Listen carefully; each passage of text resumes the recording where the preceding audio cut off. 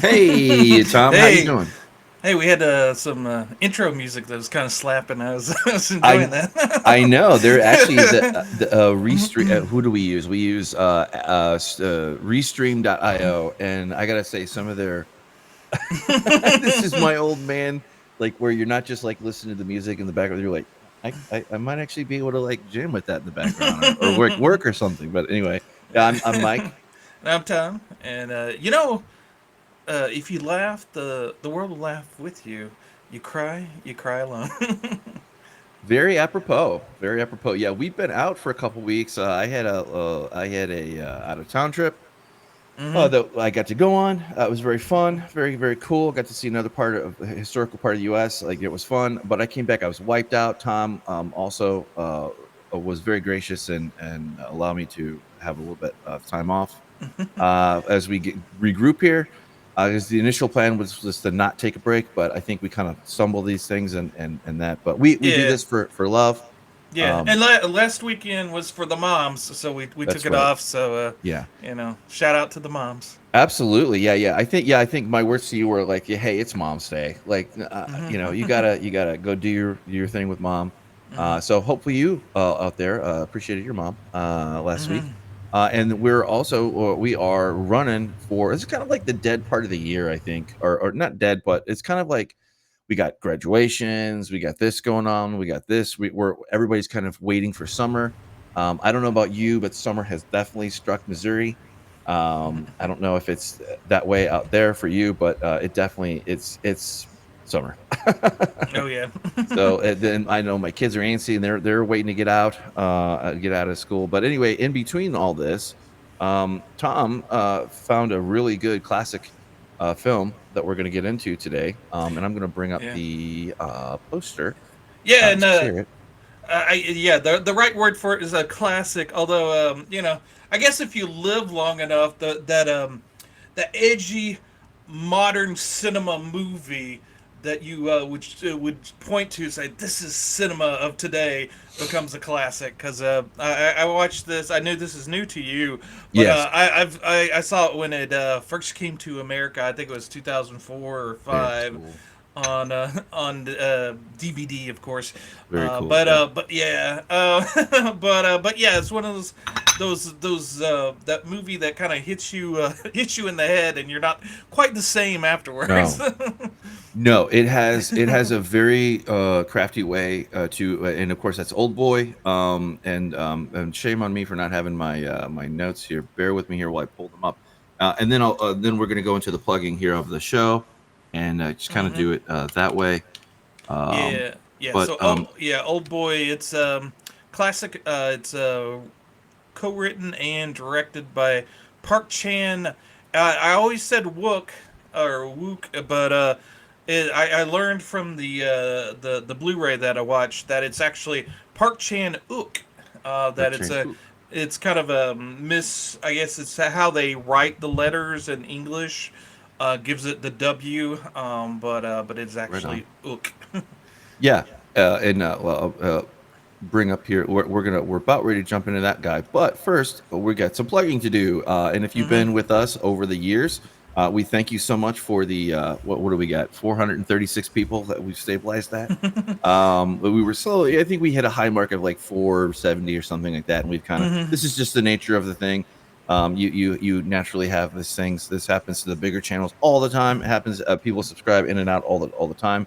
We are steadily making our way through our library. We might even introduce some rematches or rehashes to maybe go back if we have a little bit of time and polish up some of the original videos. Because I know there's this after we've been doing this thing and we kind of have our own cadence and we have our own this and that. I definitely have no doubt that we could add to that commentary, like an addendum, so to speak. But first, we are the first, the last, the Nerdom on YouTube. Excuse me. We cover everything related to from comic books to horror to sci-fi, pretty much anything. We try to find good things that are cool recommendations to watch. Of course, we add our 2 cents here. I think Tom is a better critic than I am. I think he does that very well. And he also has he's our resident He runs our resident Twitter department, where you can find him putting out all of our musings and whatnot online Yep. on X. I think it's officially X now. I think that's what I heard. I saw headlines, but whatever, Twitter X, whatever you want to call it. You just call us boomers for calling it the old Yeah. thing. But I Yeah, don't and think anybody's going to fight us on that. I'll show up occasionally on Reddit promoting. I have Yes, a first-the-last-theNerdom account on there, but I mainly I just will add use that it to the. for. Yeah, I just mainly use that to jump on, like say, Mhm. like this week our movies on Netflix. I'll go on Netflix's Reddit and say, hey, our video is out there. Some Reddits subreddits like that, some don't. Sometimes I get my message gets banned or whatever. All I can think of is, well, if you don't like engagement, they Yeah, think of it as, I guess, spam or I whatnot. guess. I think. I mean, come on. I mean, I'm going through Reddit and I'm seeing ads. So what, homegrown ads. You're not getting a few pennies, so you're gonna ban it. Whatever. Just Anyway, ridiculous. Yeah, but yeah. and with that, I will also plug my musings here on ApeIt.Ink. That's just a fun little magazine that I like to go a little bit further in entertainment, real world things, kind of things, like more serious level things. If you so choose, that's cool. And then, of course, also I need to add. This is kind of like my version of the link tree thing that like have you all. Here's your landing spot for all your socials and da da da da da. This is the Yat version. I guess the Gen Z version. It's probably not. But that all joking aside, this is where you can find all of my stuff and Tom's. And I will add the Reddit stuff in there too. And I will be working on. Once I have some time here in June, and I've been saying this literally for months, probably years. I will get the website, our website, updated, and then I'll start to port all the things over. But it just takes a little bit of time. But in the meantime, this is where you can find me and Tom at. And I got my handle online. I like my gamer tag and whatnot. I've used it forever. SofaKingJewish. It's just a cool little playful thing. And also, Tom and I, we have very loosely defined plans of doing a gaming, maybe a few more gaming sessions this summer. Well, I think maybe maybe next weekend we'll see. I don't know. I don't want to volunteer time for something, but in the meantime, though, this is our main thing. So thank you for coming in and watching us. We do appreciate it. We hope you enjoy this. And as always, I think so. This one struck me as and there's so many things like at first, and I did think I did kind of because we had a little bit more extended thing. I actually did get to watch this a couple times through, which is cool. Always good. I prefer to do that when I have the time. I even got a little bit more of almost a third watch through, but I started it, but I fell asleep because I'm old. But this one is a South Korea neo noir action thriller. Also got aspects of shards of I would say the way I kind of was like working on a way to describe this. I don't know if you'll back me up or not or on this observation. Maybe to me, it has very sharp shards of like horror, of a little bit of sci-fi to it, and they're very much like it's very much like a cactus. You have to hold this movie in the right way, otherwise it's going to poke you Yeah. psychologically, physically, and everything. So Yeah. this one has thorns, so to speak, and but Yeah. it's very compelling. I still don't Yeah. know how I think about it. I liked it overall, like but it's a lot to take in and a lot to Yeah. give you a thought. And also, there's a couple famous scenes here which we might play. We'll see. I don't know. Sometimes we don't have the best of luck with that, with strikes or whatever. But for the most part, Yeah. there's a couple famous kind of scenes here, Yep. fight scenes. But they're very much practical effects. They're one take kind of things. Very well done. Other notables here, but I'll kind of let you, since this is your pick. I'll let you kind of set the table here. Yep. And I'll break out my boomer juice. Yeah, Got absolutely. my monster here. No advertisement here, but yeah, it's actually to jump it back a bit to where you were talking about the genre. The way I saw it was there was a line of DVDs that this company called Tartan did, Sure. called Tartan Extreme Asian or Asia. So it was kind of like their Extreme Asia, but it mostly dealt with horror Asian horror movies, but Oldboy was prominently one of those. And and then, this is Park Chan-wook. He's a South Korean filmmaker. In It's kind of interesting because he started off when um, the South Korea wasn't a democracy, and it became a democracy in the 80s. Mm. And he his sort of introduction to American cinema was through videotapes smuggled in, badly dubbed or subtitled, American videotapes. And so he fell in love with the movie that he fell in love with was, I believe it was Vertigo, by Alfred Hitchcock. And in fact, you could probably see a little bit of Hitchcock in this movie. We'll probably talk about some of those scenes later.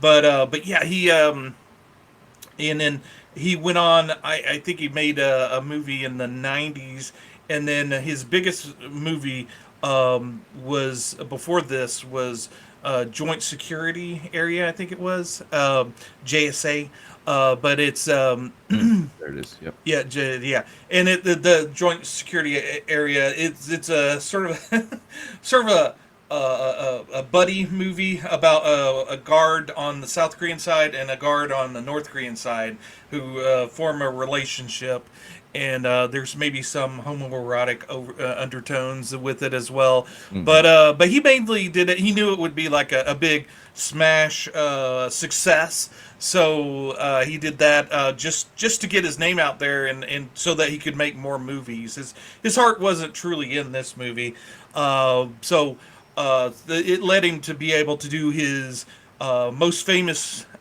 which was his trilogy, his Vengeance trilogy, his Revenge trilogy, that starts with sympathy for Mr. Vengeance, and then that wasn't very much it wasn't really a success. But oh boy, that came out and that was a huge success, and kind of placed his name out there, and really it's one of those movies that just kind of catches you. I think it's one of, if not his best movie, and it just kind of takes like the old revenge plot line and turns it on its head and kind of looks at it in an interesting way. And it's the whole thing is very evocative. There's a whole lot of evocative scenes. I mean, there's usually like one or two scenes in a movie that you go, oh wow. Yeah. Whereas this movie, it just keeps hitting you with them again and again, Over and over and yeah. over. and it there's a lot of things that have been taken from this movie, Right. and redone. So some of its tricks aren't as impactful now, but so just imagine seeing it in 2005 or 3, whenever it first came out, and Yeah, it's three, just yeah. kind of overwhelming. It's sort of like watching a Tarantino movie for the first time. It's got kind of like that same impact, and in fact, when it went to Cannes, Tarantino was the big champion of this movie. Really? And it went on to win, like, it didn't win the Palme d'Or, which is the big prize. It won the second best, and it got a standing ovation. And I think during its run at Cannes, Tarantino wrote an article about how great the movie was, and I think that kind of helped Propel it. help get the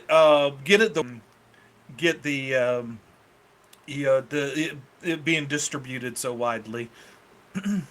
Yeah, I'm not surprised. That makes sense. There's a lot of intricate thought that went to this. This is one just a one-off, and he also has writing credits as well, as it goes. So he knows how to write and direct. Obviously, not his first rodeo. Whatever. Like this one struck me as being very true to the.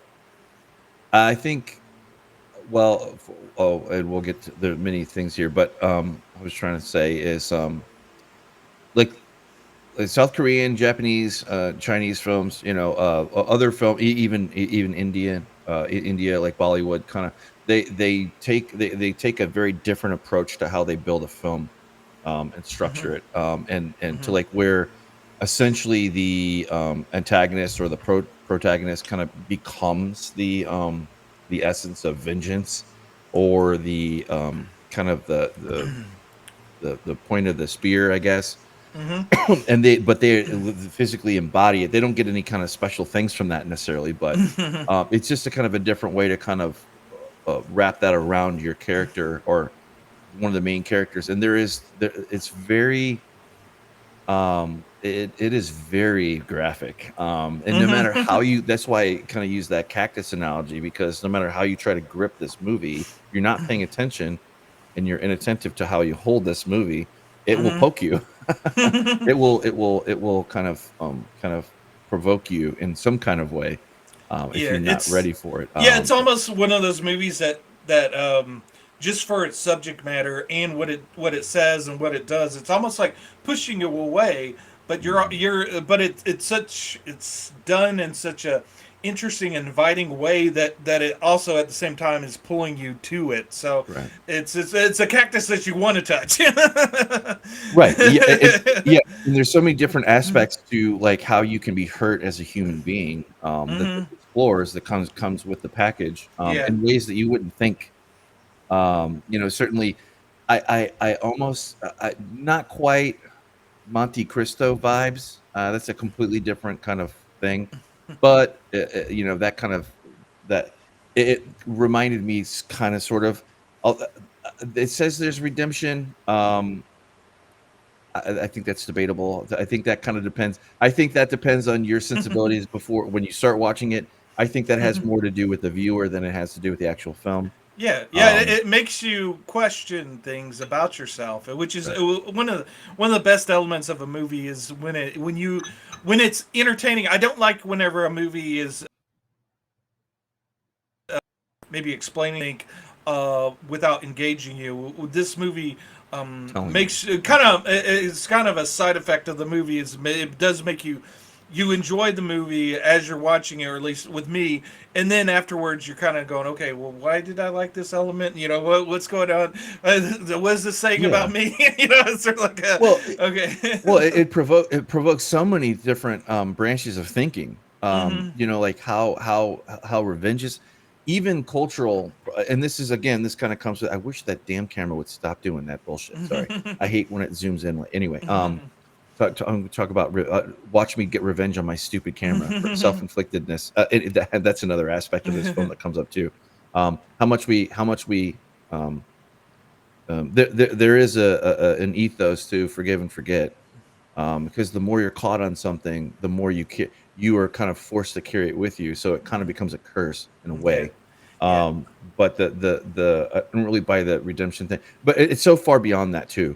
To it also kind of, and it doesn't, you don't spend very much time with the underlying elements. You just kind of go with the story, and kind of go again. That's why it kind of have aspects of like of science fiction or speculative fiction, whatever you want to call it, like where you're kind of like, okay, this is the setup. You kind of understand it, but like you were saying, I like how you put it. You don't quite know how to think about, and Yeah. a lot of the films that we cover aren't intellectual films like that, like where it's on purpose, meant to provoke you to think like that. And there's nothing wrong with those films either. The kinds of films that we do, it's a lot more subtle. It invites you in for the ride. Some a little bit more friendly than others. That could be argued for sure. But some of the things and of course everything now is, well, that this is the current shift in the demographics of entertainment, which is like this big push toward, um, the Far East and what they're watching, and then us kind of being clumsy Americans and kind of adapting it in the way that, in the gross Hollywood way that we do things, kind of sort of things. But this is so far, this is cool. Like when you can land on something like this, and that you only see if you were in the know in the early days, like where he started, like you have been for a lot of these things. They're just cool, out of the way back alleys that are very fascinating, that actually aren't alleys, that actually open up to entire worlds. Yeah. That modern things don't do at all. At all. Right, right, and yeah, I guess I was ahead of the curve in the early 2000s. I was So bored you with were. the yeah, I Still was are. bored. I was bored with the big blockbuster movies. I was like, okay, well, what does other cultures have to say? I was and yeah, this is of course the first South Korean movie I saw because this is the most widely available one at the time that came out at that time, and yeah, it kind of opened your eyes to okay, it's not just Japan, it's not just Hong Kong that's coming out with these cool movies. It's South Korea as well, and yeah, so this put South Korea on the map for me as far as cinema and also the director, and I of course I followed him, and then I guess we let this kind of run away a little bit before we kind of talked about what the movie is about, which is well we touched upon Well, it. vengeance. It's Yeah. vengeance, but yeah, so this guy the movie starts off, and I love how it starts off. Well, you get a kind of a snippet in the future where he's kind of holding this guy on the roof, and you're wondering, what kind of bad guy this is, and it cuts to a scene of him 15 years earlier, being an asshole, drunk asshole in a police station, and he's overweight. He's kind of a slobbish guy, and you don't even immediately recognize him as the guy that was briefly shown right at the beginning.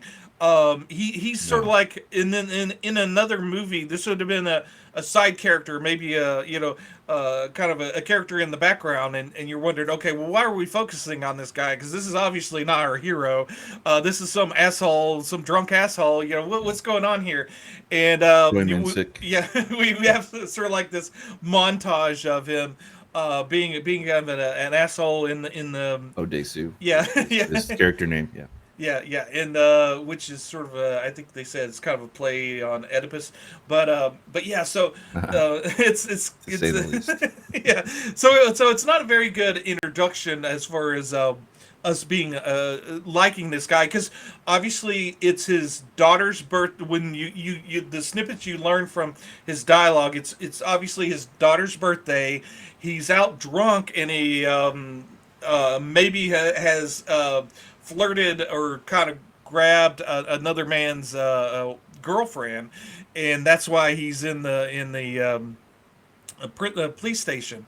And so obviously this isn't a good guy, and Right. he gets bailed out by his best friend, and as he's trying to get home, he disappears, and he gets locked away by some person, some entity.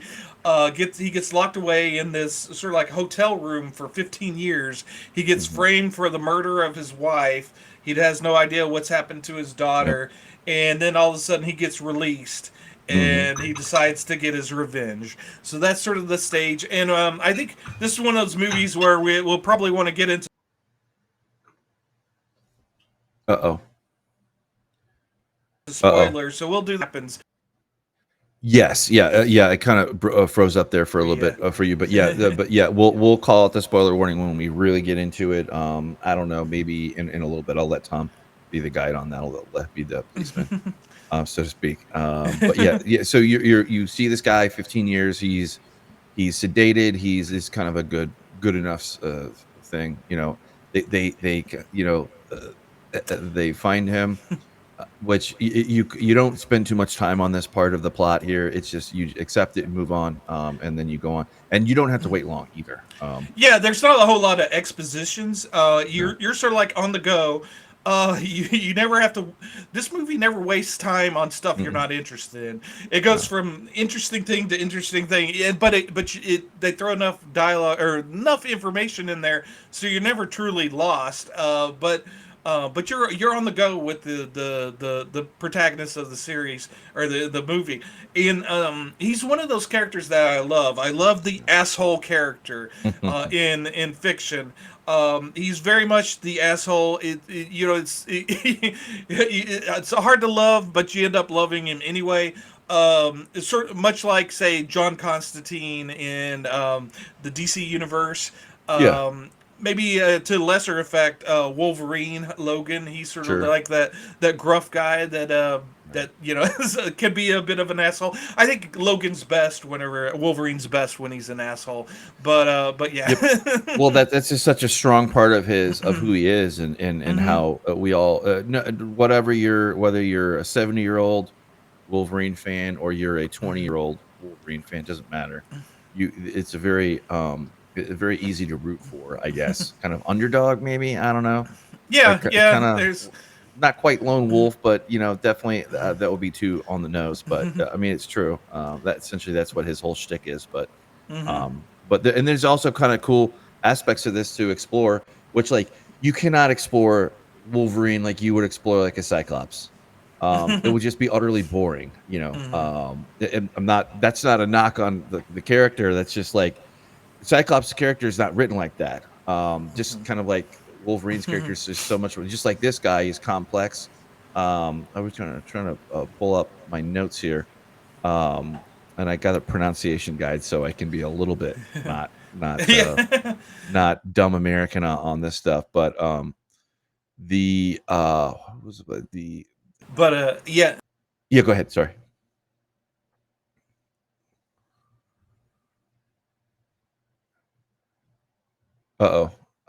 He just gets released. He does it for maybe having a yeah. issues. You kind of froze there when you started to talk. When you started to go into your main point. Go ahead. Yeah. But yeah.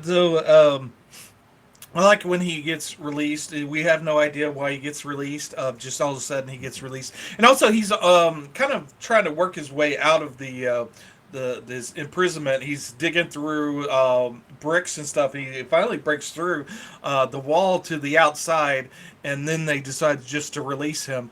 And I love the reveal because they put him in a suitcase. They drug him, put him in a suitcase, throw him out, and you almost think he's out in this green field. That's right. It's this very evocative scene. There's a lot of evocative scenes.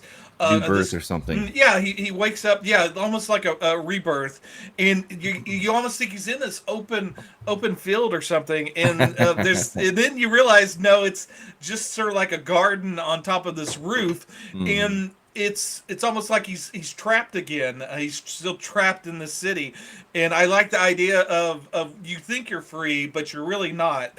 So once you get out of one prison, you're in another prison. Yeah. And that's a beautiful image, and I like how that does that. But yeah, and then he sees this suicidal guy, and yeah, you almost don't really know much about that guy who he finds with him. You think, well, maybe he was part of getting him released, and then maybe that's why. He does. He almost kills the guy, and then. But yeah, there's that whole dynamic there, and he's holding a dog. It's a really crazy kind of scene, but yeah, and then and you realize that he's very much an asshole because he ends up. I guess they realize what's going on, and so Odesu he explains.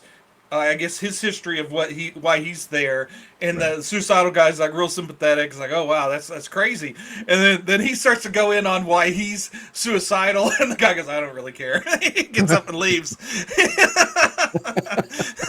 So he's still an asshole, but yeah. Sorry, you got me thinking there. The twist with this movie comes with his namesake, Oedipus thing. It's a take on that. But that before you get to that even point, though, that's not even you are pretty much you are shook. Excuse me, you are shaken as you learn more about this world, this character, how horrible all these people are. They're all assholes. Like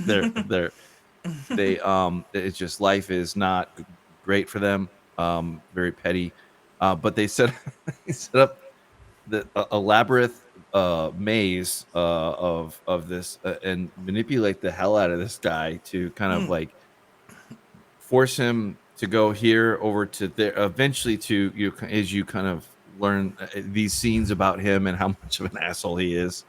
It starts to take its toll on you. I don't know about you, but like I was just like I had to like go back and like watch, not only because of the language thing, but also to like confirm what I just saw, you know, like go back and rewatch some of the scenes like then and there, because you're like, what happened? Yeah, exactly. Yeah, and when he gets out, he has no idea who's done this to him. He has like a long list of people that could have done it, Right. that were mad enough at him to do that. And also, he's it's not specifically said in the movie, but his profession before he went into captivity was he was a travel agent.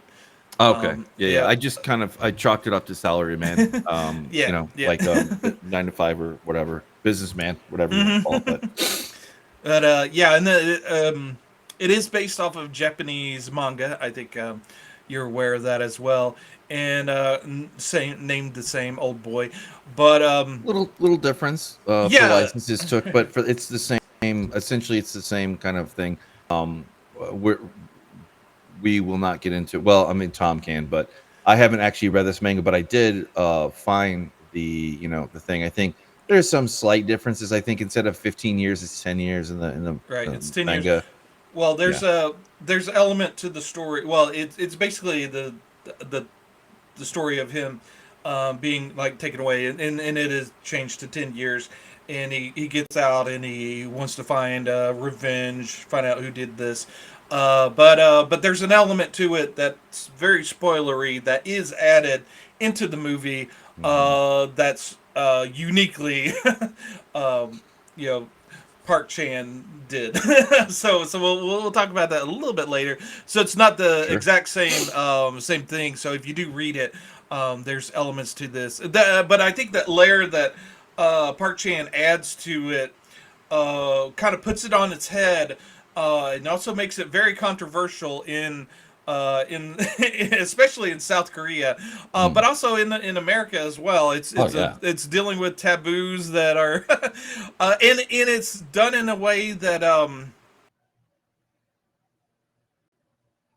is horror. I do agree with you that I lock up again. I think we're having technical issues today, but Yeah, just bear with us, folks. yeah. We're recording this live, so if you do see a little stutter here or there, no worries. We'll kind of go through it, but um, in any case, yeah, continue on. Sorry. but no, it's but yeah, it does deal with some taboos and makes it very uniquely its own, and again does it in a way that's doesn't totally put you off, which is very interesting. Slow That cook, you could, slow boil, yeah, that you could slow burn. Yeah. yeah, exactly. But yeah, it's one of those things that has it's juggling a lot of different things. And also, the point I was going to say is, that, yeah, I would firmly put it in the horror. It's I guess it's basically a revenge sort of film noir kind of movie, but it has very much a horror aspect, and I think that's what kind of engages me with it Oh yeah. as well. Oh, Um, the left and right. I mean, just you imagine the psychological horror, and they don't you absorb that in its full totality. Obviously, it's a 2 hour movie, but they do, the pacing is very well done. The shots mhm. are as well to build this kind of story up, this pyramid, until you get to the tippy top, and then you're summarily thrown off the tip, off the top. Yeah, Slide down all the way and hit your head. You're yeah, gonna be hitting your head a yeah. lot. Well, But yeah, we're at the halfway mark, so let's maybe get into the meat of it, so to speak. absolutely. So yeah, if you hadn't seen it yet, definitely go see it. I highly recommend. It's one of my top movies of all time. I know it's fresh to Mike, and he's maybe not quite there as far as the recommend, but you do recommend it, right? Oh, absolutely. Yeah. No. I would absolutely recommend this. Absolutely. Just to experience, see if it's for you or not, or just to take its taste in, and then see how you develop on the bitterness. But it was just kind interesting. of. Yeah, no, this one it's a multiple watch through one. And so was this part of that trilogy, or this is the final, or this is the middle one, or no? Yeah, Um, we got oh, okay, the yeah, yeah, yeah. Vengeance trilogy. Yeah, Hammer, yeah, right? Okay, I recognize the hammer. yeah. Yeah, it's three movies. You've got Sympathy for Mr. Vengeance, Old Boy's the second one, Right. and Lady Vengeance is the third one. Yeah, there's I was kind of debating because I wanted to get a good copy. All I had was the DVD, so I wanted a Blu-ray. They also have a 4K of it. It's like a really nice Here, edition. go ahead and It's put it up. Yeah. there's a nice 4K edition that came out that I didn't get, but it's just Old Boy. It's like $80, and it's got like an octopus on the cover with a bunch of extras. I went with the Arrows Blu-ray because it had all three movies, Nice. but it's only the Blu-ray, but it's off of the 4K cut that they did of it. The Old Boy is the nicest Blu-ray in here because it's a 2-disc set. Okay. It has 4 different commentaries on it. I didn't listen to all of those. Sure. It's got tons of interviews. Okay. It's a 2-disc set. The second disc has 3.5 hours of behind-the-scene footage that I didn't go through all the way, but it's very much, if you're into Old Boy and it's one of your favorite movies, definitely either get this or the 4K single one of it. Nice job, because yeah, I got this. This is sort of the UK version of the Blu-ray box set, Okay. and it was only like $30. So for So all three. yeah, and while we're here, might as well do the physical media review of it. Were those commentary, like, did you listen to at least one of them, and were they good quality? Because I know we've talked Uh, about that. Like commentary on different films can be hit or miss. well, there's. I didn't listen to the commentary because they had so much extra stuff. They had almost like 2 hours of interviews from that Oh, okay, time, I got you. and also on the second disc, along with the 3.5 hours of behind the scenes stuff, they have a hour and a half long documentary about the movie that was Oh done wow. in 2016. So it kind of takes place. The cool thing is, it starts with the guy from the suicidal guy at the beginning of the movie. Hmm. That documentary starts with him revisiting that rooftop again, and seeing that the grass is still there, but it's kind of yellowed, and it's got a lot of new buildings around, and he kind of talks about that the day of the filming. And so a lot of the movies, the various people, at that point it was 13 years later, kind of going over what they the filming and everything, and the director kind of reflecting on what he did right and some of his mistakes that he made from back then.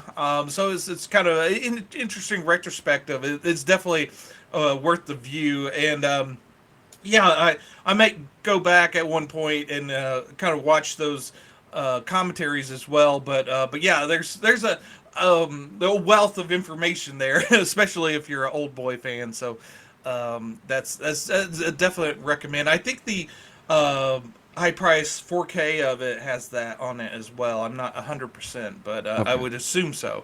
I would assume so. But yeah, I I could. definitely recommend that. Yeah. Yeah, if you fall in love with this movie, that's an easy win. Obviously, that a little bit takes you out of the impulse buy. But yeah, kind of going back and diving into this. I don't know. I don't. You want to give it away? I'll let you be the judge of that. But for the Yeah. most part, like you Well, get to this scene, like where he's freed. He's got a certain kind of clock on him, and then he does end up eventually kind of catch up. I was kind of confused as to, like, I kind of got this. I will be reading the manga too, because the manga alone it just stands on its own, and it's very good quality for the artwork. So it's very cool. I might include links there. I don't know if those are naughty links, or if they're official links for the manga you can read. Of course, mhm. certainly, and whenever you can, try to go out and buy, the thing. That's what I'm talking about, physical media, so that there's they get the artist and the people that made it get some kind of lift from it. But aside from just by finger discount. But yeah, so I don't know how you want to handle the reveal or the thing or whatever, and it kind of, that probably will take us right us out to the very end probably. But I you asshole is right. Even when he's an asshole, it's very hard to cheer for this guy. Or and it's not that kind of movie anyway. But usually there's like some kind of a point, like kind of like where you have some kind of sympathy for the main character, and you certainly do in different spaces. But just like the suicidal guy, like kind of like, I don't care. Yeah. Yeah, I don't care. And then there's because we weren't into spoilers at that point, but yeah, when he comes out of the building and you see the suicidal guy with his dog hit the car. There's that scene. And he's got his shades on, and it's sort of like it's very very Tarantino-esque. It's sort of like the horror, but the coolness, but the oh, wow, it just happened sort of thing. It's sort of like it kind of punches you in the face and go, this is the movie you're gonna be. And you think, okay, well, you can't get worse than this, but it keeps punching you in the face over and over again. Yep. There's this escalation. A lot of movies kind of expend the wad too early. You know, it hits you too hard, and then you're just recovering for the rest of it. This movie just keeps continuing hitting you to harder and harder until the end of it, and then you have a happy ending ? And then very much so. But yeah, this movie. Before we get into the I guess the tail end of it, is I will say that this movie was made with a lot of passion. One of the things I took from all the interviews and behind the scenes stuff that I watched was that every single person was very much involved in this movie, down to the cinematographer. I put my green up because the cinematographer for the most of the movie added the green kind of filter to the most of the movie, so to kind of honor that, I did the green. Anyway, so but yeah, down to like the hairstylist for the movie was very passionate about the Daesu's hair. The character Daesu, it being like that. That's a wig, and a lot of people weren't really. They were like, I don't know about this hair thing, but it's very much part of. Yeah, it's very much a part of his character, and she was right to push for that. Yes. And also like the actor, what's his name? Who plays Daesu? He's a legendary actor in Juk Min-sik. Choi, yeah, Choi Min-sik. Choi Min-sik, yeah. He's an incredible actor in this, and also he lost a lot of weight for this movie and gained weight. The scene where he's in his in the police station at the beginning before he gets kidnapped. He's just this fat guy, That's why you don't really recognize him at first, because he physically looks different. And in his imprisonment, that's when he loses the weight. So I think they kind of did it in reverse, so that he put on the weight afterwards. But yeah, it's just everybody was they're all in there, and I think you were going to talk about like the action scene. There's just one long action scene down a hallway. It almost looks like a comic book panel, kind of side view of the fight, and it's been imitated since then. I know in like one of the episodes of the Daredevil TV series, there's a scene in the prison. Yep. Yeah, that's taken almost. And doing it in one take kind of wears out the actor, doing more than one take on that. Oh, yeah. I think they did several takes, and he was the actor. Min-sik was totally exhausted, and behind the scenes footage of it, you could see that. But it just shows you the dedication and the drive that they had for this movie. It also shows you like a realism to it, it's obviously like, you're not going to get jumped with like 15 dudes in a hallway, obviously, or whatever. Like that's right. that situation is obviously a little bit far-fetched, but if it were, it comports to your expectations for like this whole scene.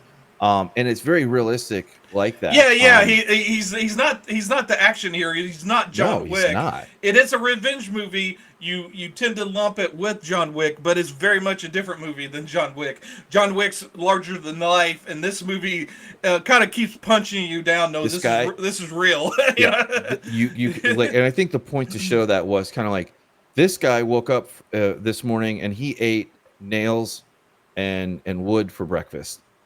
So he's not effing around. He's not in any mood of anything, and everybody No. else was kind of like showing up, showing up to punch the clock, and they got their clock punched. That and then that scene is true. And the other thing, the analogy or kind of like where you are in the audience, like there's also kind of, it's a smaller one, but it's still again kind of punching you in the face, or you're in a car and you're constantly getting hit in accident after accident, like the worst day ever kind of thing. Hmm. But there's a scene like with an octopus where it was filmed, um and the actor actually ate a live octopus, and they filmed it. Hmm. And what the point of that to me was, the audience is the octopus. You are devoured by this man's story and this man's mind, and you are devoured.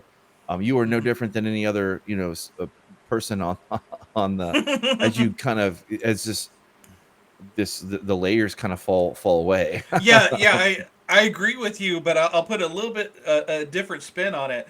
Sure. Um, it's sort of like the movie's kind of telling you, a normal movie, you eat it like a normal meal. You eat it. It doesn't change you. It doesn't fight you. Right. But this movie's real. It's not your average movie. It's going to grip your face going down. Yep. You're not going to be able to consume this movie very easily. No. You're going to be involved in this. Yeah, absolutely. Yeah, that was an easy pickup that's I felt. Yeah, yeah. And you, whatever you want to your analogy or whatever, but the this perfectly captures what that I have. Of course, I have yet to read all of the manga to make this judgment, but short Cliff Notes version. This movie perfectly captures that what it was going for. That revenge element and being human Yeah. and being trapped in a cycle. And I like to say, you kind of touched on it a little bit. I do want to go back to it a little bit. I like to say, or I don't know where I picked this up, but it kind of goes along with the way of like, you don't quite know what somebody else is going through type thing. Hmm. But the thing that is true about the human condition is we all have our own prisons. Hmm. And when you get mature enough to realize that, then you kind of pull away from like wanting to. You were aggrieved or you were insulted or something like that, and then but you can, as you get older and more mature, you kind of realize that people have their own, they put themselves in their own prison, more Hmm. often than not, and this is no different. This is just a little bit more, putting some physical sets around that concept. Hmm. But it's just fascinating to me. And I always love the movies that dive into the psyche sphere. Perhaps not quite my taste for this movie necessarily, like a 1-to-1, but it still exists.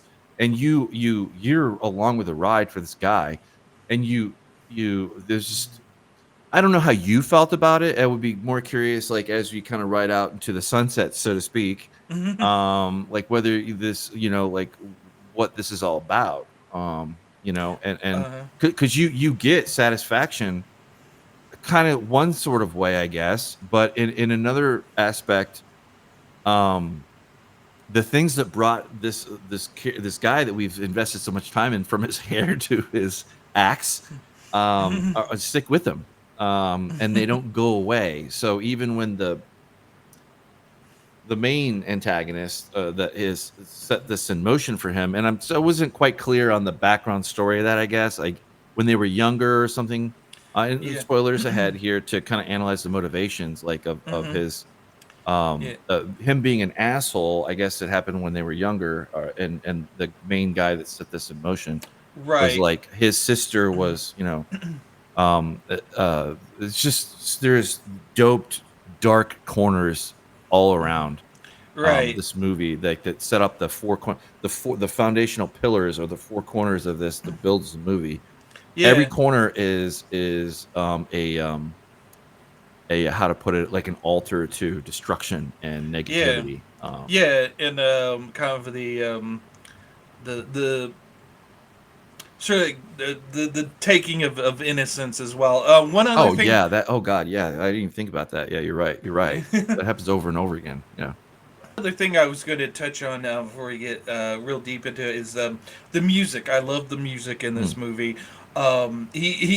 Interestingly enough, he uses waltzes, classical waltzes in this movie along with the regular soundtrack, and beautifully done waltzes. And you wouldn't think that a waltz would work, especially and for the guy that does the revenge, there's particular waltz that they use for him, and also for the female in the movie, and very much like Tarantino did with the pop music and Mm. the torture scene in Reservoir Dogs. Mm. Um, uh, Park Chan-wook kind of meets Tarantino and ups him by doing a waltz during a torture scene and makes it work. You know, Yeah. Tarantino made the pop music work, stuck in the middle with you in the torture scene. Right. Park answered his challenge and used a waltz, a beautiful Vivaldi waltz in a torture scene, and made it work, and it was Right. beautiful. And yeah, it just sort of shows you that punk sort of mentality of, yeah, we're gonna make this work, and yeah, screw your your ideas and of what works and doesn't work. We're gonna make it work, and it does work. And Oh yeah. I love that about this movie. It has very much a punk sensibility, in that they're just going to be in your face, loud, and you're going to take it or you're not. You're going to have to take it or walk away. And I think the thing that really puts it over the edge, and which was added from the manga, that the manga doesn't have, is the incest. We'll go ahead and get into this. Right. There's a theme of incest, and the waltz is perfect for that, in that there's that repeated cycle of sound with the waltz, that sort of Oh. yeah, and It that just, restarts yeah, the cycle of destruction. Yeah, exactly. yeah, yeah, yeah, yeah. Yeah, so that's what I love about this movie. It has all I did this, not catch that. yeah, Yeah. this sort of deeper meaning, and sort of a yeah, everything is thought out within this movie, Right. which I love, and there's not, the further you look into it, the more it gives back to you. And this is one of those movies, when you first watch it, you don't want to go too far deep into it, because it gets, there's the reveal at the end, where he finds out the girl that he and that's why I ask if the big spoiler before you watch this movie had been revealed yet, and you said no, and I was like, okay, good. So you have a fresh viewing of this. Right. He finds out, yeah, the girl that's been along with him for the ride is a huge Right. gut punch for obviously for the character, but for you as Massive. well. Yeah, and there's a love scene early on between the two, which, you know, in retrospect, after you find out what happened, becomes even more gross. And Hmm. and but when they filmed it in a very uncomfortable sort of, you know.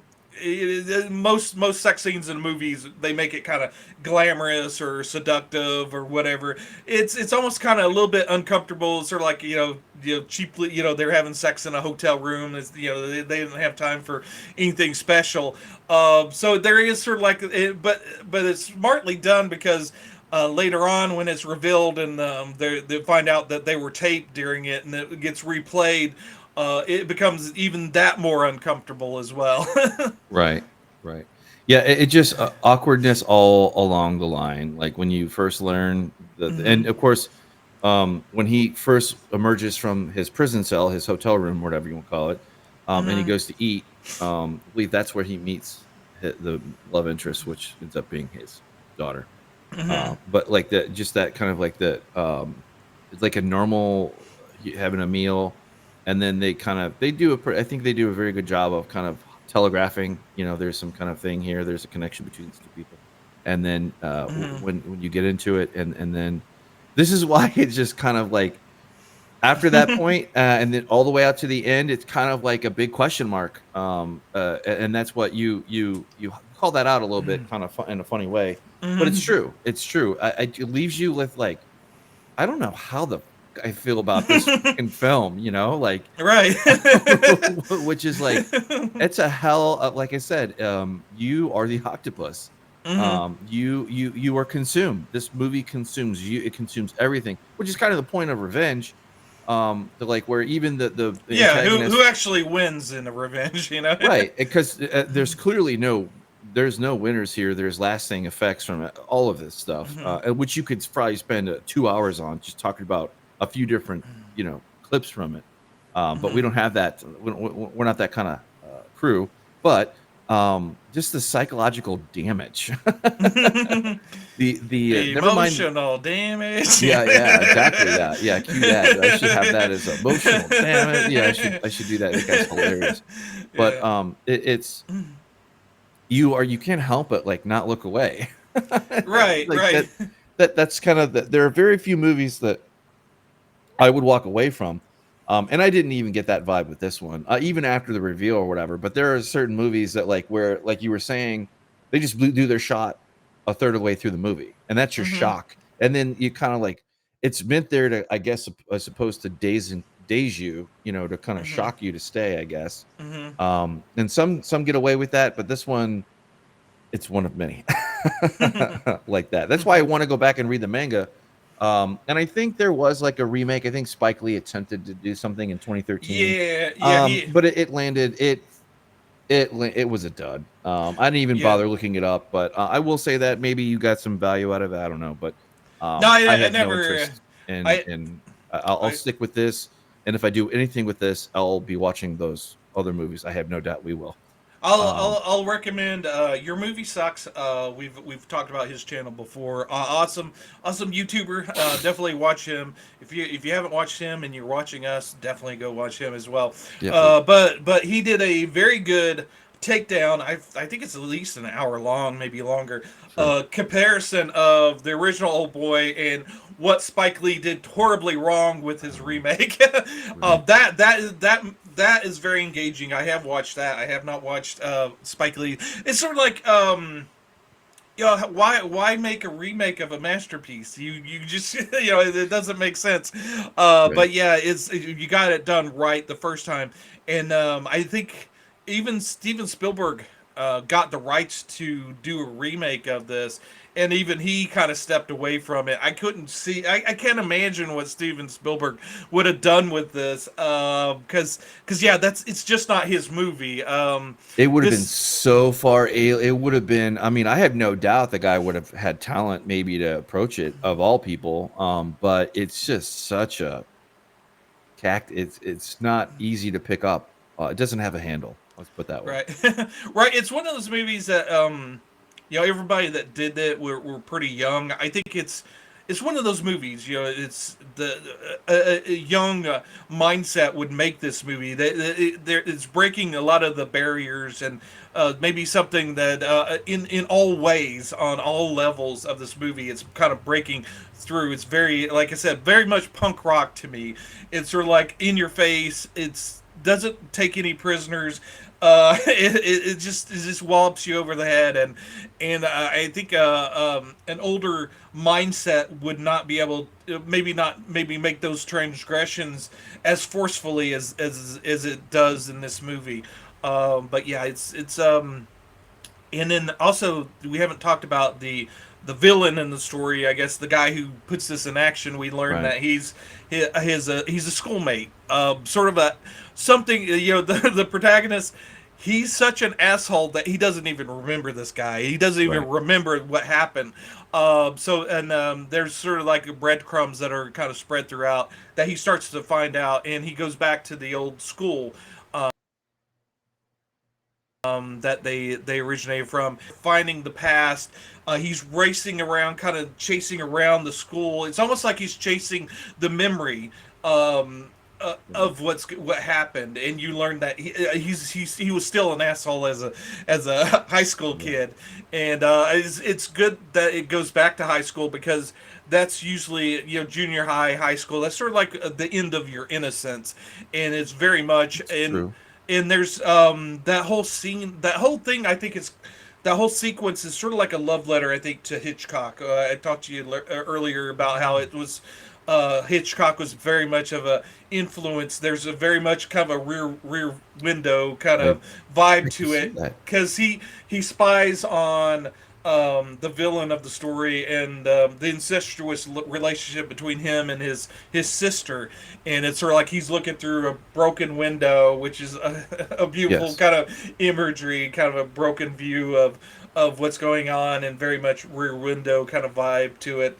But I'd almost think that Hitchcock, if he was alive, he would have kind of smiled at this kind of movie because it's sort of like taking what Hitchcock would have done, but pushing it so far in advance. Because he got into those meaty sort of twisted sort of scenarios as far as he could go, and Right. then this And the is kind of time pushing, era. yeah, at that time, and they're pushing it even that much further along to find new ground. But yeah, it's very much a beautifully done sequence. There's like I said, there's like almost every scene of this movie has like a wonderfully put together scene Oh yeah. that's very Well, impactful.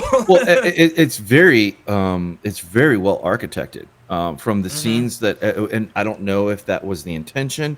I don't think for every scene like it was like that, but like you mentioned the green, the use of color. I love films that aren't. Hmm. Yes, they're dark and macabre and whatever, and Hmm. obviously those are a dime a dozen. And I think modern movies just take that a little too far and they Hmm. make things too dark for no damn good reason. Yeah. Like maybe what that's a whole different discussion, but the Hmm. use of color and lighting in this, the green, the feeling of being trapped, claustrophobic, being uneasy, is doped throughout like Hmm. not just the scenes that are the ones that hit and count, but are also true of the scenes, the two or three scenes before that to set it up. That scene, like when you go back, I have no doubt I caught a little bit of that on my second watch through, like where they build that up, and then you kind of go Hmm. back and like look at that scene again, and you see little breadcrumbs there, like you were saying, all Hmm. throughout this, like that you pick up, and you're like, this guy is just an. I don't know what I feel about this asshole. This guy's a dick. Like not only that, but it's also very tragic too. Like what's happening to him, what happened to. It's just everybody gets it. And it really sparks like, are you really getting revenge if if you don't let things go? And the other things too are like where a kind word could have been exchanged. You have this kind of this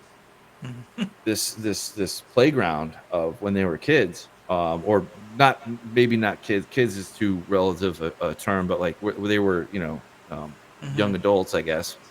And like the cruelty, that just keeps.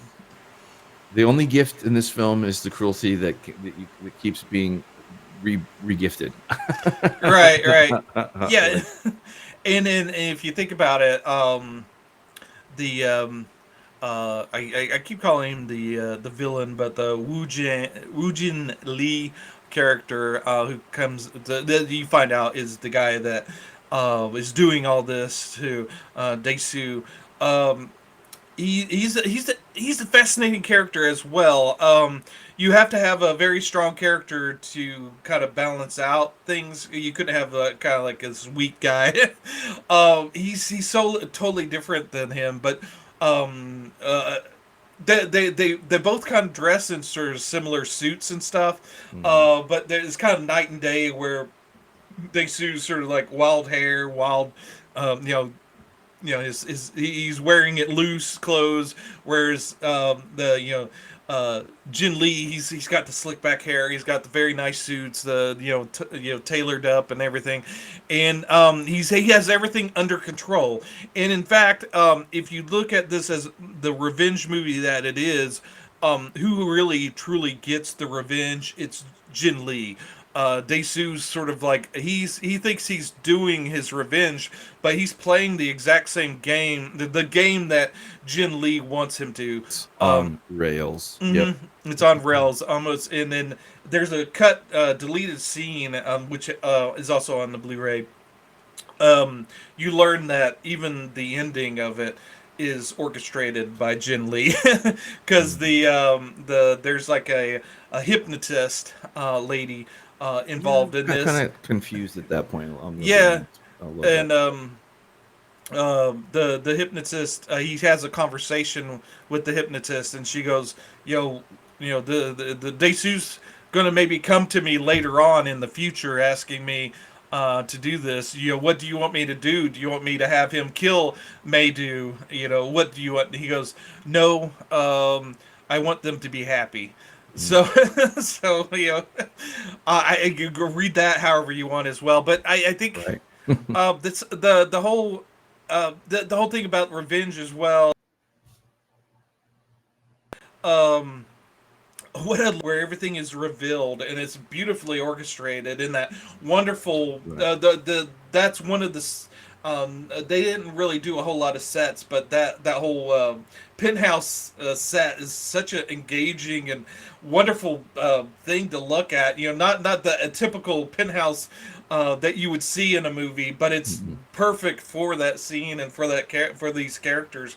But where the guy's evil, and he has that maniacal. He doesn't have like this maniacal laugh. He sort of like has this giggly sort of schoolboy sort of, oh, I finally did it kind of laugh. Edge of creepiness, I think. Yeah, it's very unsettling. The movie obviously is very unsettling, but if you're kind of on the side of Daesu through the whole movie, even though he's an asshole, that's the guy you're stuck with. Right. But on a second viewing, it's kind of interesting to watch the villain of it, Jin Lee.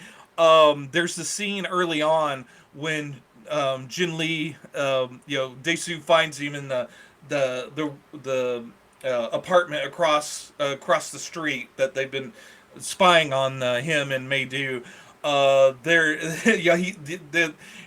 He finally Jin Lee kind of finally tells him what's kind of going on, that he's the guy that's been doing it.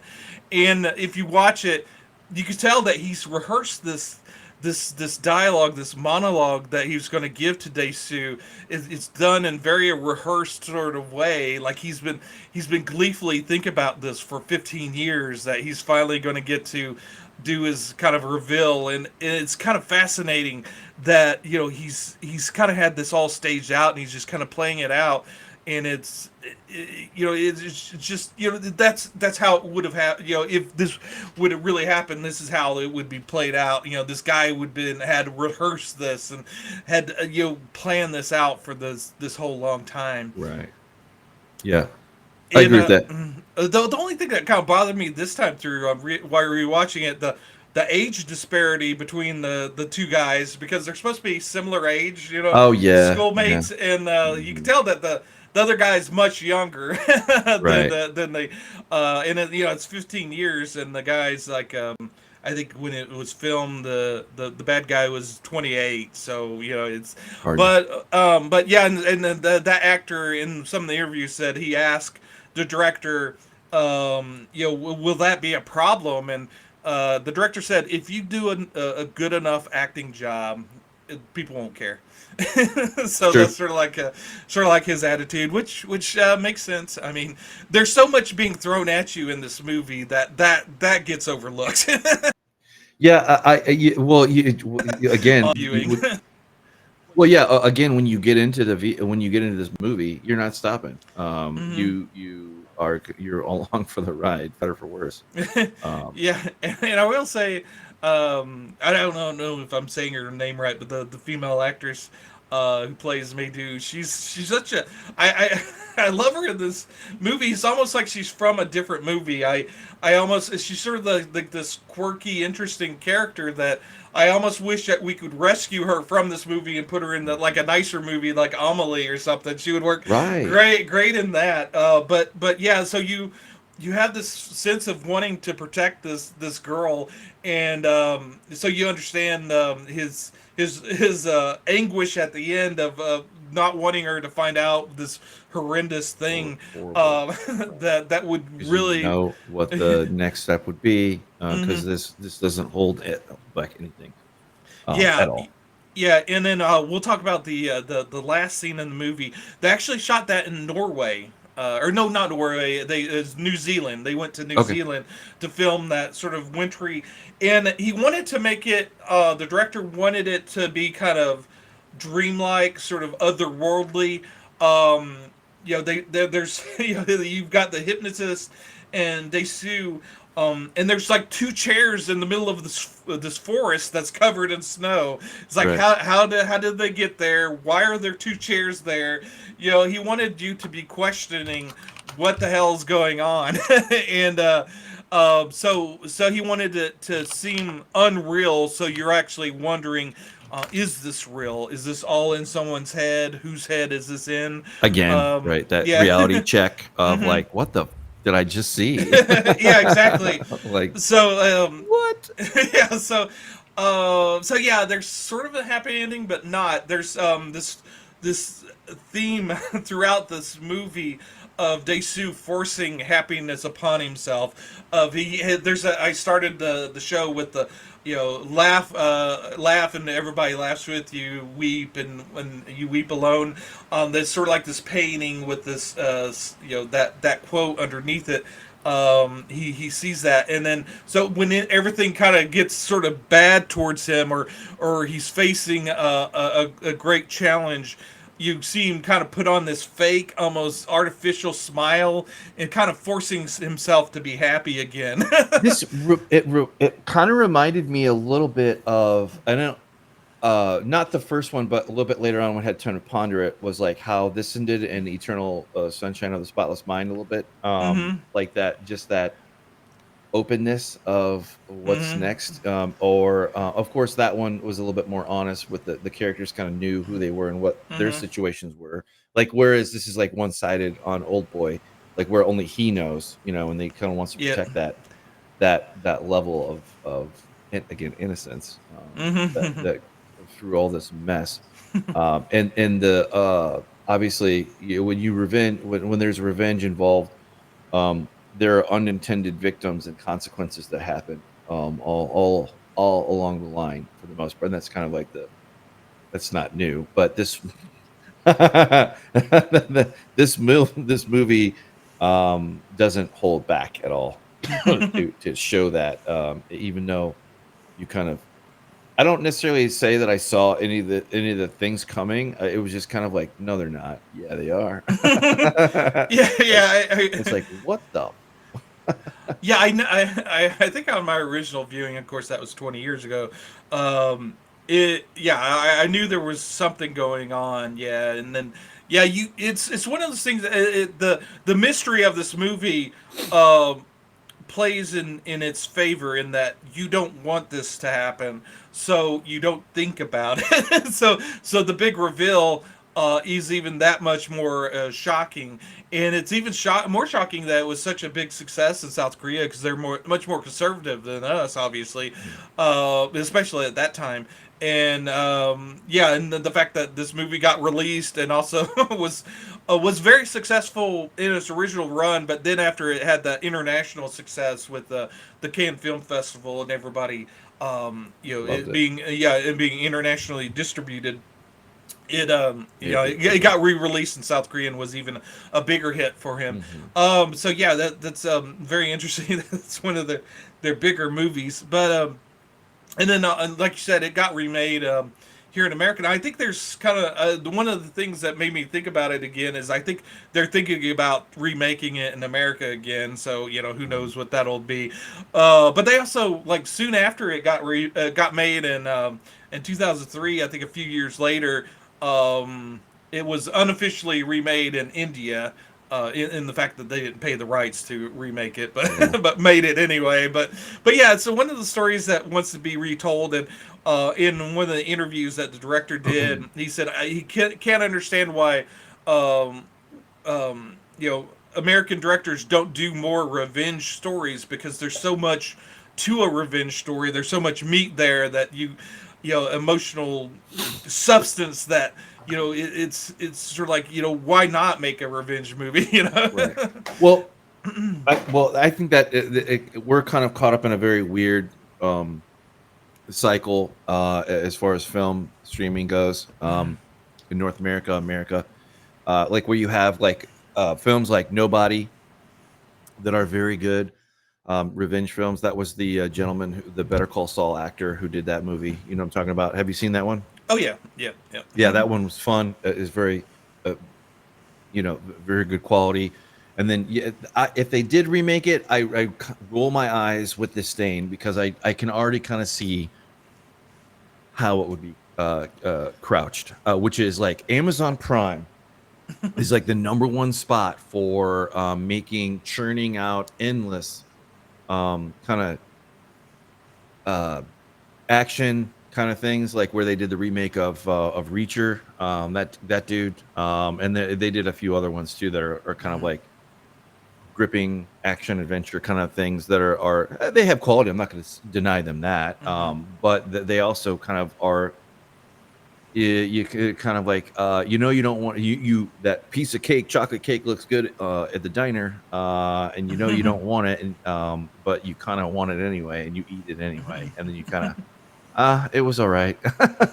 This is different from those kind of endlessly churned out drac. Right. Well, And I'm not saying that new things on Amazon. I'm not shitting on any of that. I'm just saying that like we all like to have a guilty pleasure or like a quick action, like where you don't got to think. And God knows I've been watching a lot more of those lately for whatever reason.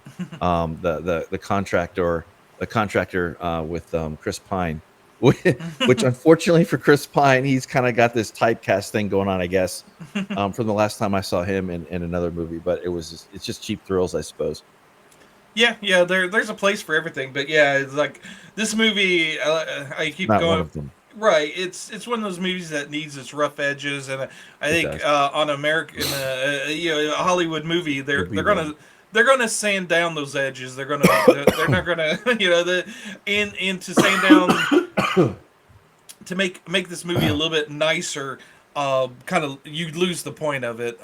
That's very much a movie about being in your face, and like I said, you can't kind of pull back, Nope. and then an American movie will want to pull back and make it a little bit more nicer, and you can't do that with this movie.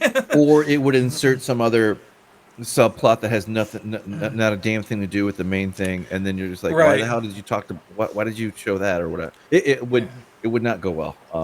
Yeah, I yeah. think we could both agree on that. Yeah. The to be able to remake a classic, you kind of have to. You really have to bring your A game and take it to another level. And I don't know how you would do that with this movie. I mean, it's not impossible. I mean, I never thought that you could make a competent, interesting remake to Suspiria, and they did. I know you like the first one better, but I did. But it shows you that you could do something. For which one? Yeah. Sorry. Oh, For which one? For Suspiria, we were talking about. Oh yeah, How, yeah. Yep, you're right. That Yep. that you could I did like the original. yeah, but yeah, so a remake, yeah, I'm not usually into remakes anyway. It's like, if you take a bad movie and remake it into a good one, hey, but who wants to? But there's no interest in remaking bad movies, so Right. Well, and I think that's kind of the dichotomy that we see, and there are certain things that are going to be made to the end of time, Right. like the Right. Count of Monte Cristo. That is, I grew up. That was like one of my first major like literary loves. Like when I think I read it in middle school or something. I don't know. I can't remember, but I read it when I was pretty young, and I remember loving the hell out of that film, or I mean the book by Thomas Dumas. But and then seeing it be very well done years later on the big screen, Mm-hmm. like you just have another appreciation of that. So like sometimes like when things are well done or well made, you will welcome that remake. And I'm kind of like with you. probably the vast majority of people are kind of like, do we really? Until somebody sees it that you care or that has a good opinion, you say, hey, you should check that out. Then you kind of bring it in, and the Suspiria is very rare too, like because the remake was done, and done. But I don't know. I mean, I don't know. Like, I think I would get more pleasure out of reading the manga, for that than like in you know anxiously waiting for for another remake of this, per se, Yep. because this one is just fine. We don't need to touch Right. it. Like, please, Yep. American film companies, don't do that, please. But anyway, And then um, I was gonna maybe talk just a little bit more about Park Chan-wook and yeah, his please, movies. yeah. Let me pull up Yeah, his bona fides. yeah, his as a director, yeah, he's done quite a few. I've seen a number of his movies. Of course, I've seen all three of the revenge movies. I need to rewatch the first and second and third one again. Oldboy is most definitely the best one of the three movies. But yeah, I've also um, seen. Let's see. I've seen I'm a Cyborg, but I'm okay. It's sort of like a quirky indie movie that's kind of interesting. But his first American-made movie was Stoker, which is a horror movie that I remember enjoying. I don't remember it a whole lot, but yeah, I did enjoy that. There's The Handmaiden Amazon put out, which so we if you have Amazon Prime, Really? definitely check that out. Mhm. Great movie. And then the in his more recent movies, his South Korean movie Decision to Leave. I've been meaning to see that. I've been debating on when to buy it on Blu-ray to pick it up because it's a little bit more expensive than what Blu-rays should be. So I'm waiting for it kind of go down in price a little bit, hopefully. But yeah, I wanted to see that. And then the Sympathizer. I didn't realize he did that one, and that's out on HBO Max. So I'll probably have to check that one out. But yeah, I saw he's that and I mhm, wondered because it is a limited series. mhm. I would have interest in seeing that. Yeah, so I'll probably check that out. But yeah, he's an interesting director. I enjoyed watching him on that documentary on the Oldboy Blu-ray. He kind of talked about how how when he was making Oldboy and those movies that he really didn't kind of think through on things like when they were doing like a street scene and he didn't want they shot it in Busan, but he didn't want people to really know where it was located. So he was like telling his production people, make sure that those buses don't go by here, on the street while we're filming. And he didn't realize what the implication of trying to stop a bus schedule while filming, But he said, you kind of get that with age. And then there's like a interview that he did, or well, actually, kind of, I don't know where it was at, but maybe like a convention or something. But it was a bunch of people that had seen the movie asking him questions, and one of the audience members, this lady, she astutely asked him at the end, why didn't Dasan get both of them, both him and his daughter,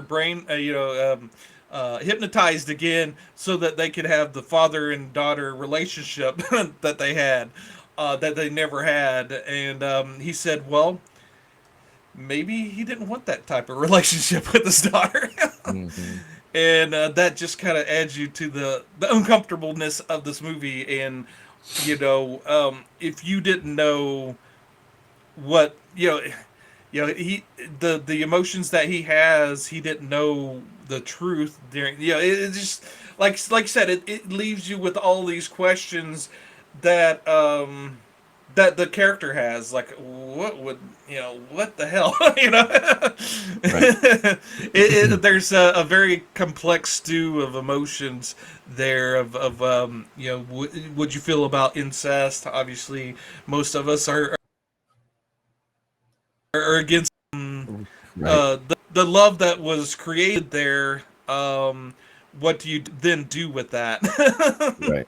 Right. Well, and how do you prevent it from being destroying Right. more, because it was the cradle of it was made on Mountain Doom, Yeah, exactly. which is the whole kind of point of everything in revenge becomes poison ground.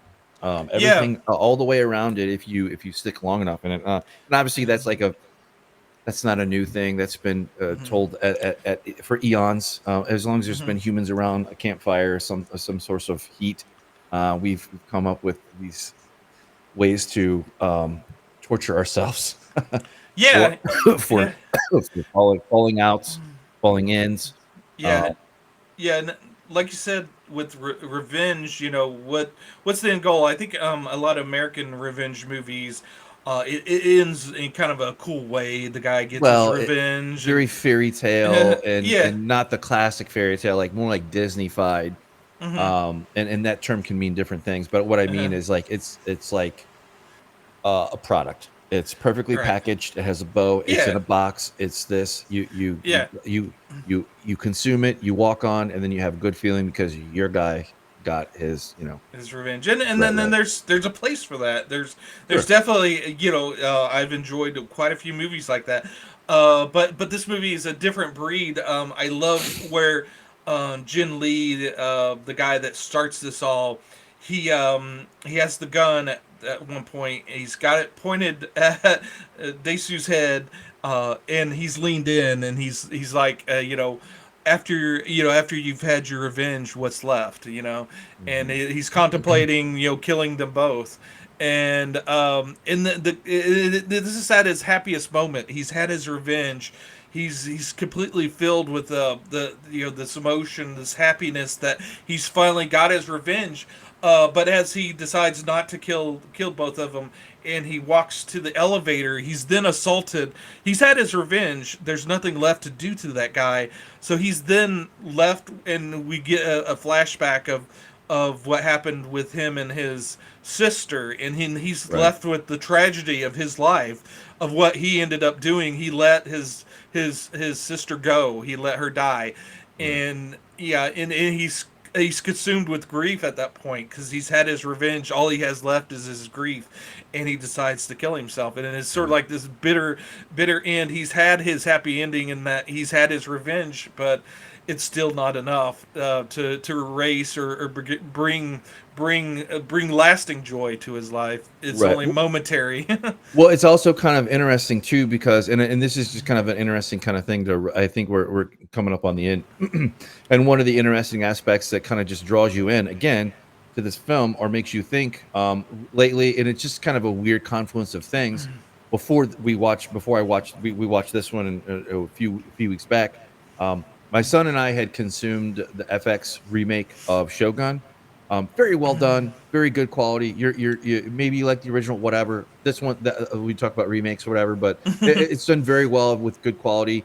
It has very good quality aspects of it, but it also exposes you to a different culture and how death is perceived. Obviously, that's ancient feudal Japan, somewhat ancient, not really, but ancient to us certainly. But it kind of puts a pin on it of like, what does death mean to these cultures, and whether it's revenge or innocence or lost or a false innocence trying to be hold on to that actually you can't, but like that actually, like there's this concept of like a death poem in that Shogun. And the folks that are more well versed in that, they will understand that a little bit more. And I'm certainly coming to terms with it. But it was weird because when I went on the trip, I was reminded of that in a kind of a weird, different way that kind of stuck with me, which was like there was a bookstore that we went to.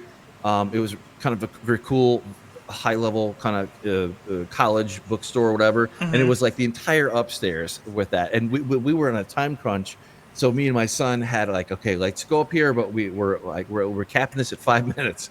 So because I didn't want to get trapped there, because otherwise, if you miss the bus or whatever, then you're Ubering to the next point. But in any case, there was a book of Japanese death poems that I picked up, and I was this close to buying, but I took a picture of it mentally, to go back and it's just interesting. It's just very very interesting to like how lives are counted and their value and what a death means, what it means to die for this cause or for not helping out. And the Japanese horror plays with that quite a bit. I think nothing really comes to mind, but we covered Ringu, which was a little bit more outside of this concept. It was this is much more concrete and real world scary. Because obviously it's a little bit far out there for certain things, aspects of it, obviously, but the concept of everybody's coming across somebody that doesn't like them for some reason when they were younger. Sometimes that just goes away, and sometimes it sticks around for whatever reason. For what you think is just idle gossip that you forget about. The next day. It's something that sticks with someone and lives with them and becomes a tragedy, right? And it becomes a reason for revenge. And yeah, there's a scene where he's talking to Jin Lee and he goes, "Well, you hypnotized me to make me forget this what I did to you, and that I'd seen this." And he goes, "No, I didn't. You just forgot." Right, just, which is drop a shocking reveal of its in and of itself. Like it's like, no, dude, I didn't have anything in that. Again, this kind of goes back to putting yourself in your own prison. Everybody does it. Some cells are a lot more comfortable. Some are horrific. Yeah. They just so sometimes you have the key and sometimes you don't. Right, or you don't want the key. Yeah, you don't. Yeah, you throw away the key. Yeah, I mean, anybody who's ever gone through a breakup in their adult life, no matter who you are, you kind of are locked in that mindset to a certain degree, until you can kind of just time goes on and you kind of just you learn to move on. You learn different strategies and things, and some people never learn those, or they learn very unhealthy coping ways. Which there are other films that kind of take, instead of this revenge being the primary thrust, they take in its addiction or something like that. There's a couple movies that I want to maybe pull in that are slightly horror adjacent, that kind of play with that concept. That'd be very curious of your opinion on them. That would be very much a movie in the movie of the line, like just like this one, like, where it takes these things and like. Yep. This isn't like where you're jumbled up and you're upside down and you're just disoriented. Not at all. Your feet are firmly planted on the ground for every scene of this movie. That's why it makes it so much more difficult to ingest. And I think that if it were done in another way, you would not be capable of ingesting this poison, just like all these characters do. So the way that it's laid out, dude, he's a great director. I would love to watch more of his films. And one last shout out is all the minor characters in this movie are very, very interesting. The Jin Lee's right hand man, the man of few words. He's got the blonde hair. He's very he's kind of soaking everything in, and that character you're always wondering what he's thinking. Sure. The suicidal guy is a classic guy. Right. But the guy that I like is the best friend of Desu, and he runs an internet cafe, and I love the early 2000s getting online and seeing all those tracking things down by computer, and if it was made in America at that time, obviously that guy would have been played by Kevin Smith. It would have had to have been, but I love the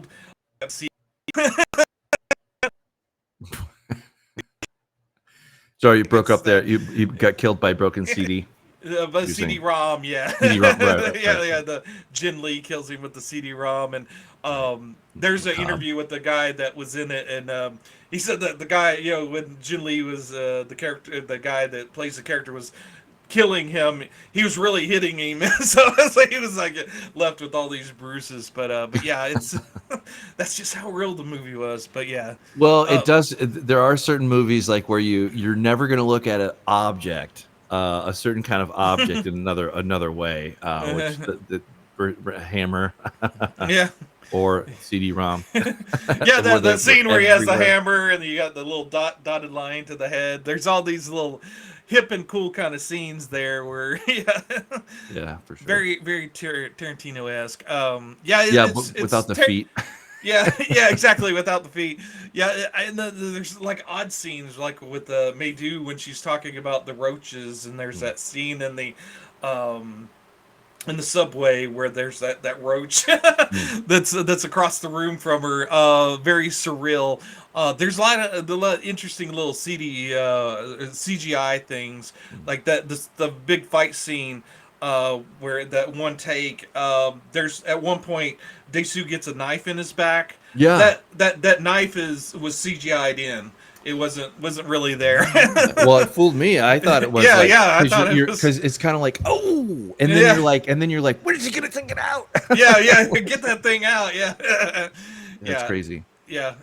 But yeah, I think that hits everything I want to say. It was one of those bucket list movies I wanted to talk about. So Yep. I'm glad to be able to check it off the list here.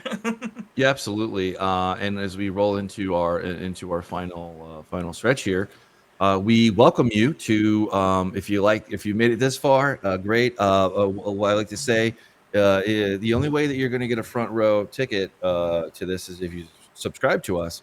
And we are very much looking forward to as we continue on this thing, and we amass little pockets of nerddom.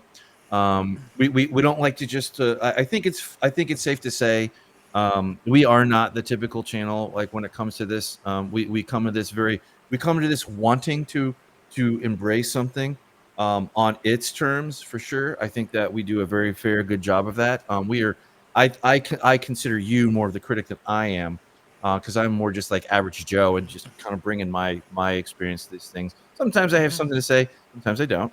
But this is from the mind of Thomas, and without his deep level cinemaphile experience in history, we would not have I and you would not have the benefit of that. So we encourage you, if you like what you see, we encourage you to join us on our journey as we roll through different films and genres and find new loves. Yeah. Certainly new things to despise sometimes. That can happen too.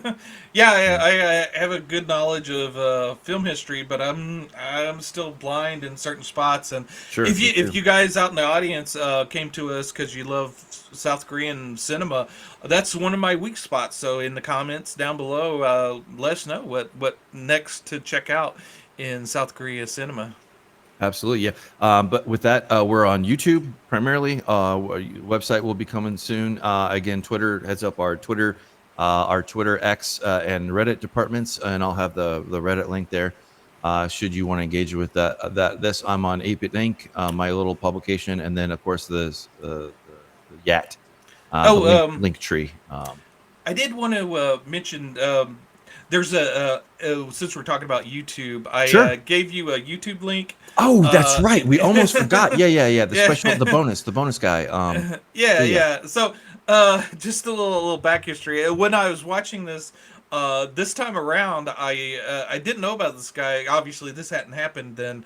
But I kept thinking about what would happen if you were in captivity for 15 years, and obviously we don't know for sure what would happen. But we do know this guy. There was a game show in Japan where they got this guy. They put him in this small, very tiny apartment. There's the apartment, and left him there for months. And he had to. He had like all these magazines, and he had to right away for like bonus, for giveaways. And the only things he could have were the giveaways that he sent off for. Yeah, for 15 months. And so, so for times he was not able to get his basic necessities. So yeah, he's pretty much cut off for 15 months by himself. And afterward, it's fascinating. We'll give a link to this, I'm sure, in the links below. I think Atrocity. Atrocity Guide. Yep. Yeah, did the video. I saw where there's a documentary, I forget on which streaming service about it. Oh. as well that's come out or We'll is track that coming down out. and add it too as well. But it's fascinating because the guy is afterwards, because he didn't have any clothes either. Uh, he had to send away for giveaways for clothes. So after this happened, he was not comfortable with clothes afterwards because he spent so much time out of clothes. Right. Mentally, kind of altered his brain during that time. Yeah, it really it really fucks with you Mm-hmm. being out of, because the only interactions he had was with the delivery people that would deliver his items, and they obviously they were told not to talk to him, so he really was kind of isolated by himself for 15 months, and it just takes a total mental toll. So I don't think the revenge story is really interesting at Oldboy, but I don't know if he'd been able to really interact with humans after being isolated for 15 years. But yeah, so it's probably not realistic what happens in the movie, but yeah, it's still it's fascinating what happens to human uh, being deprived of the most human things that we just take for granted. There's the movie, yeah. Yeah, it was Uh, 2020, actually pretty recent one, a British documentary that I pulled up that kind yeah, of explores I this in detail. I haven't seen it. And I either. wasn't aware of it until recently, so I'll definitely check that out. Because that little I think it's like a 15-minute video Yeah. that Atrocity guy did was fascinating. Well, and Um, kudos to them. I think that's one of your old school YouTube picks from a long time ago, yeah, yeah. as I recall. But yeah, no, they do great job. And this is an important point that I want to make nowadays. Like I and Tom and other folks, Jay, who comes on the show occasionally, and other folks that we've talked to, YouTube is the primary entertainment engine that you find these things off hmm of. And then this is it's probably one of the best modern technological ways to find recommendations for things, whether it's us doing them or it's your movie sucks or atrocity guide or whatever. Always cool for these fascinating Yeah, I nooks don't and know. crannies of Yeah, yeah, real life that you're just like, you can't believe that people did that. yeah. I have to imagine that a lot of documentary people that do documentaries for Hulu and all the different streaming services are constantly watching YouTube videos because this, I can imagine the contestant came from one of, if not her video, then someone else's video. And there's a guy that did one on the that cult that was like a big mini series on Netflix a few years back. Which one was that? That I reached, I forget what it was called, but Wasn't the Heaven's Gate one, was it? no, it was like Okay, one I just that remember. was in Nevada during the 70s or something. Oh, okay, yeah, I Yeah, remember. Interesting. but yeah, there was like a YouTube video on that, and which became like a big Netflix one for a while. But yeah. There's a lot of cool stuff on YouTube, us included, I think. Yep. Yep. No, Well, yep. absolutely. We're trying our best, and we'll get there over the years for sure. But I think that's about. I think we're this is a Yeah, real long one because we haven't seen each other in a long time. So I'll let right. it ride. Um, I think we missed. I think we missed our show. We missed each other. yeah, yeah. No, there's a lot to talk about on this one. Oh God, yeah. We probably didn't even hit the. Well, I think we hit all my main points. That hmm I know for sure. There's just the feeling of it. hmm It's just like the more they make modern whatever the hell they're gonna make, whether it be cheap consumption or whatever. There's the past is still the past. Kind of like you say, you quoted Stephen King. What are you worried about? All somebody ruining your thing? No, not at all. Like my book hmm is Right there on the over shelf. there. Yeah, It's not exactly. going anywhere, which is Yeah. very true. But good stories never die.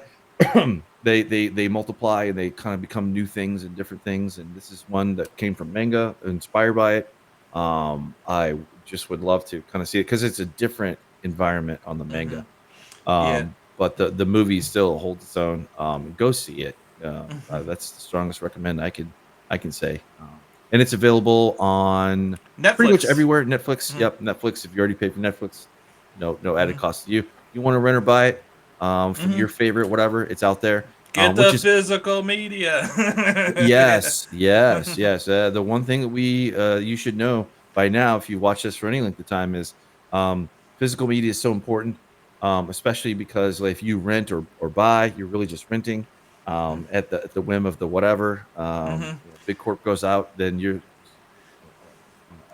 Sorry, but I've been Mike. And I'm Tom. Yeah, and just one other thing. Yeah, Oldboy's Please. currently on Netflix, but I was surprised because a few months ago it wasn't. So in a few months it won't be. So yeah, that's Get you. it while You you kind of can. run the risk. Yeah, you run the risk of it not being there. So get your physical media and yeah. So I've been Tom, physical media guy. And I've been Mike. Yep. And don't cry alone. No, don't. Just laugh with Yeah. all of us. We'll see you next week. See ya. Bye.